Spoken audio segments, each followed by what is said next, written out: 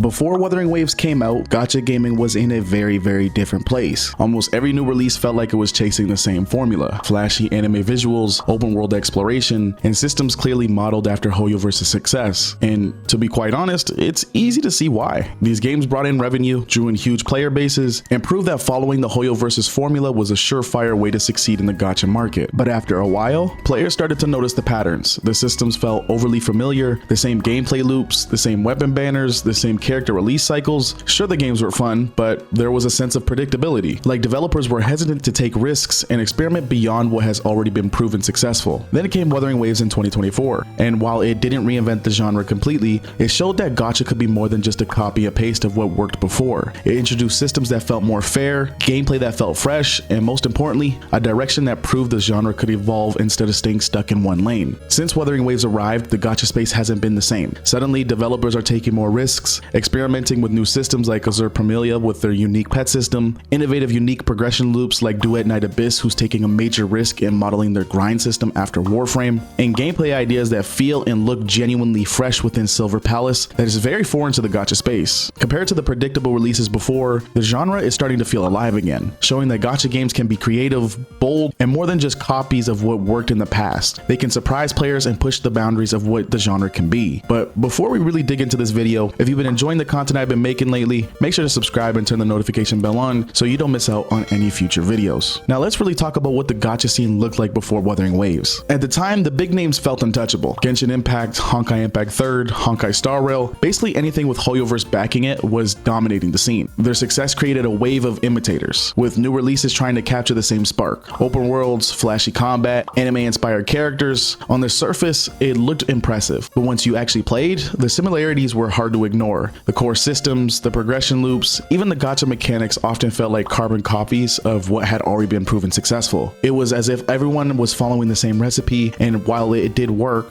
the sense of originality started to fade. We saw this play out over and over again. Games that you may or may not have heard of, like Tower Fantasy, which, to be fair, it was a pretty big hit and easily could have rivaled Genshin. It had the hype, it had the looks, it had the appeal, but ultimately fell out due to the overall substance. And then there was Noah's Heart, Ether Gazer, and even Grand Sega. These all leaned heavily on the HoYoverse formula. Now, some of them added their own twists, but at the core, you could feel they were chasing the same magic that made Genshin, Honkai Impact 3rd, and Star Rail so massive. All their gameplays were very similar, and ultimately, that period from 2020 to 2024, besides HoYoverse games, the genre felt pretty dull. Where was the innovation? Where was the risk-taking? Most games were playing it safe, banking on the idea that as long as they looked and felt like a HoYoverse game, people would stick around. And while some of those games did okay, many others burned bright for a few weeks or a few months, and then it completely died out. It was becoming harder and harder to stand out in the space that was so oversaturated with clones. So when Wuthering Waves launched, people weren't sure what to expect. Some thought it would just be another Genshin clone with a fresh coat of paint. Others wrote it off before even trying it. But the moment players actually got their hands on it, it was clear that Wuthering Waves wasn't just following the script, it was rewriting parts of it. The first thing that jumped out to people was its approach to monetization. An 80 pull pity instead of 90. Now, at face value, it doesn't seem like much, but over time it adds up quick. Then they have a guaranteed weapon system that felt way less punishing, and early on, plenty of ways for free-to-play players to earn rolls. Even to this day, the current 2.6 patch is giving around 110 pulls for free-to-play players. It's one of the most free-to-play friendly games we have in the market. Now, all of this sounds simple, but those changes mattered. For free-to-play players, it meant progress felt achievable without spending a dime. For spenders, it meant that putting money in actually felt like you were getting something back, instead of gambling endlessly with no guarantee. And it didn't stop there. Wuthering Waves combat is fast, fluid, and combo heavy,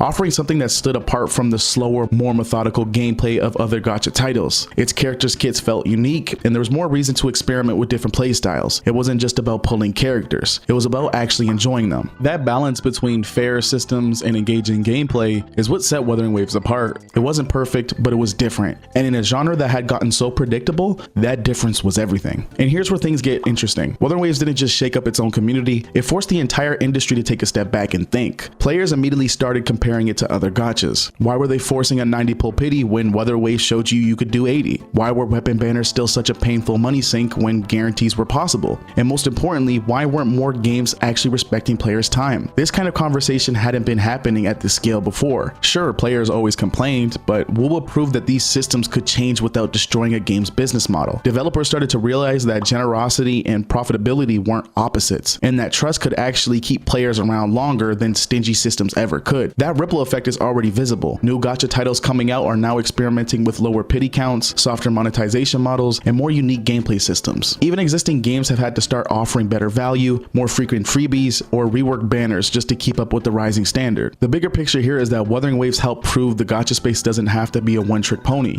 For too long, the genre was stuck on copycats of HoYoverse, but now developers are realizing that there's room to innovate. We're seeing games lean into different settings, different art styles, and different progression systems. More importantly, the conversation has shifted. It's not just about who can drain the most money from his players in the shortest amount of time. It's about who can build a sustainable long-term game that people actually want to stick with. That shift towards diversity and consumer friendliness isn't just good for the players, it's good for the entire industry. It means healthier competition, better games, and less burnout. So did Wuthering Waves single-handedly save the gacha industry? But it did prove something really important, that gacha can evolve, that these games can respect your time, offer fairer monetization, and still be widely successful. If we take a step back, we can clearly see that Wuthering Waves is currently the best gacha game out right now. And it's not luck, it took all of these things to get the game to where it is today. It set a new standard, it showed both players and developers that the old model doesn't have to be only one way. And in doing that, Wuthering Waves didn't just succeed on its own terms, it helped shift the course of the entire genre. And honestly, if more games follow that lead, the future of gacha is going to look a whole lot brighter than its past. It'll definitely be a great sight to see when these upcoming games come out and continue to further evolve the space. Because let's be real here. Sure, HoYoverse was the first to give the gacha scene a major leap in evolution, but they also kept us stagnant for quite a while too. And let's keep it a buck here. If it wasn't for Wuthering Waves giving it direct competition, who knows where the gacha scene would be today. All that I know is competition breeds innovation, and with studios like Curl Games stepping up, it's finally forcing the big players to rethink their approach. Whether you're loyal to HoYoverse or a fellow Curl bot, or maybe you're just here for the ride, one thing's clear, the gacha space is changing, so here's to more risks, better content, and finally breaking the cycle of playing it safe. The future's looking interesting, and honestly, it's about damn time. And the bar's just higher now. Players have seen what's actually possible when devs put in the effort. Whether it's gameplay depth, world building, or just respecting our time, that old bare minimum HoYoverse approach, it doesn't really fly anymore. We're past that point of getting hyped over the same recycled systems with a fresh coat of paint. If devs want our attention, and more importantly our time and money, they gotta step it up a bit. Doesn't mean everything needs to be groundbreaking, but at the very least, it should feel like they care. And honestly, that's not asking for much. But to wrap this video up, I raise this question to you folks. Do you think Wuthering Waves had this much of an impact on the gacha scene? Or do you think the current state would be the same without Wuthering Waves even existing at all? You will let me know in the comment section down below. I always love making these discussion-based videos because no matter if I'm getting hate in the comments or if I'm getting some really thought-provoking comments, at the end of the day, I just really like interacting with you all. Make sure to like, comment, and subscribe, and turn the notification bell on so you don't miss out on any future videos. And if you like this video, I'm more than confident you'll like either one of these videos on screen. That's all I got today for you freaky frogs. I hope you all take care,